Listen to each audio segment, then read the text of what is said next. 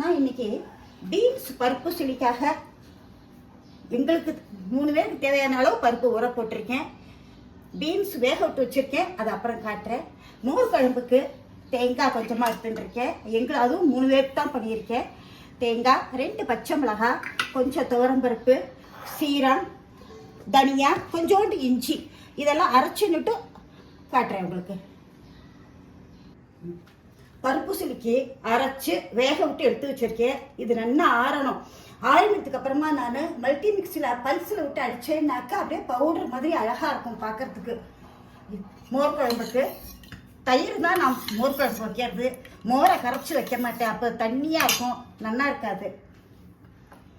இதில் தேங்காய், கொஞ்சமாக துவரம்பருப்பு, கொத்தமல்லி வேற 2 கொஞ்சோண்டு, சீரகம், பச்சை மிளகாய் போட்டு அரைச்சி எடுத்து வச்சுருக்கேன். அதை இதெல்லாம் போட்டுக்கிறேன். எல்லாரும் பண்ணுற மோர் குழம்பு தான், டிஃப்ரெண்ட்டாக ஒன்றும் இல்லை. இதில் லிட்டில் பிட் தண்ணி விட்டு கலக்கிக்கலாம். தயிரில் மோர் குழம்பு பண்ணுங்கோ, அப்போ தான் டேஸ்ட்டு நல்லா இருக்கும்.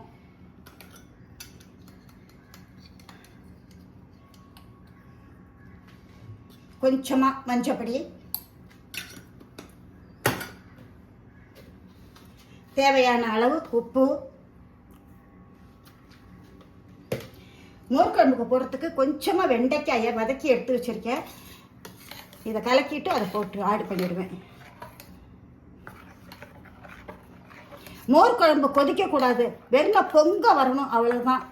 மோர் குழம்புக்கும் சரி பருப்பு சிலிக்கும் தேங்காய் எண்ணெய் தான் பொரிச்சு கொட்டணும். பருப்பு சிலியை தேங்காய் எண்ணெயில் தான் பண்ணணும். இப்போ இந்த வெண்டைக்காயும் ஆட் பண்ணிடுறேன். அதில் என்ன இவ்வளோண்டு பண்ணுறேன்னு நினச்சாதீங்கோ, அவ்வளோதான் எங்கள் இடத்துல சாப்பிட்றது, அதனால் அந்த அளவுக்கு தான் பண்ணுறேன். இப்போ இதை அடுப்பில் வைக்கிறேன்.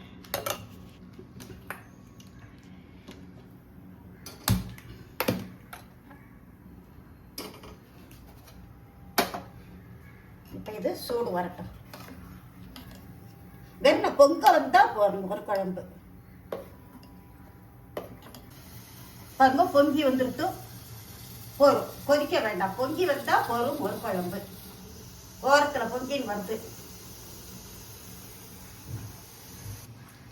தேங்காய் எண்ணெய் அடுப்பில் வச்சுருக்கேன். நான் கொஞ்சமாக கடுகு போட்டுக்கிறேன்.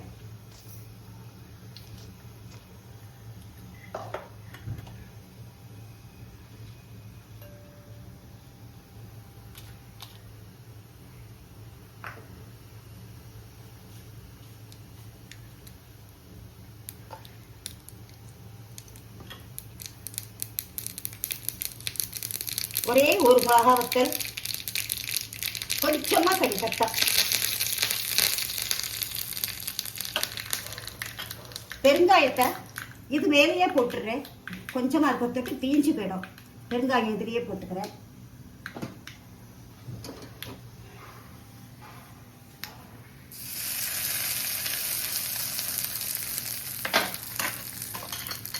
மோர் குழம்பு ரெடி ஆயிடுச்சு. இப்போ அடுத்தது பருப்பு சிலியை காட்டுறேன்.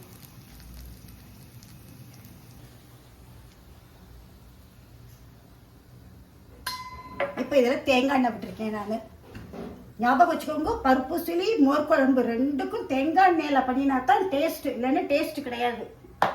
நெய் கூட இதுக்கு சரி கிடையாது, தேங்காய் எண்ணெய் தான் சரி. கொஞ்சமாக கடுகு போட்டுக்கிறேன்.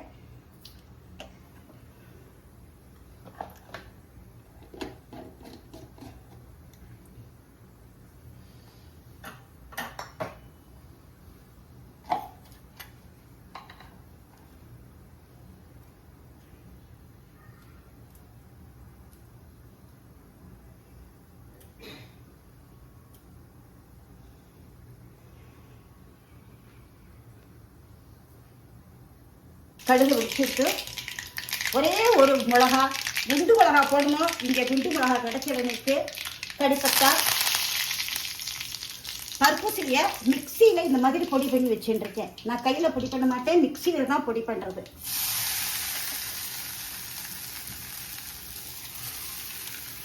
மிக்சியில் பொடி பண்ணி பாருங்க, டேஸ்ட்டே தனியாக இருக்கும்.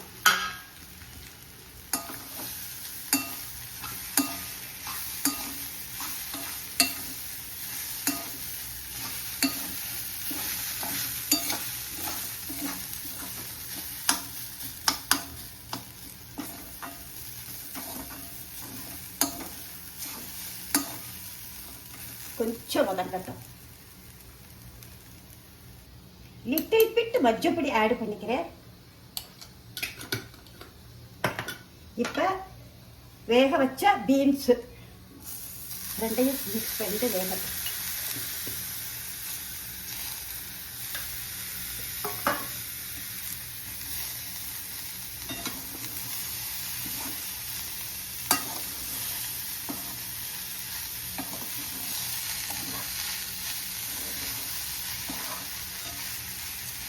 கொஞ்சம் நாளி இருக்கட்டும்.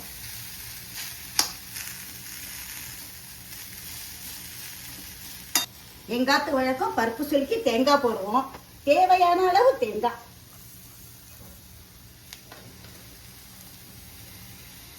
தேங்காய் போட்டால் டேஸ்ட் நல்லா இருக்கும். கறி கூட காணும். ரெண்டாவது பார்க்கறதுக்கும் நல்லா இருக்கும். அதுக்காக தேங்காய் போடுறது. என்ன கொல்லை நிறைய தென்னை மரம் இருக்கு. எங்க அம்மா கணக்கு இல்லாம போடுவா.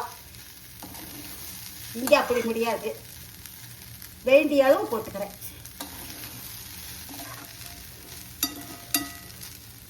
பருப்பு சிலி ரெடி.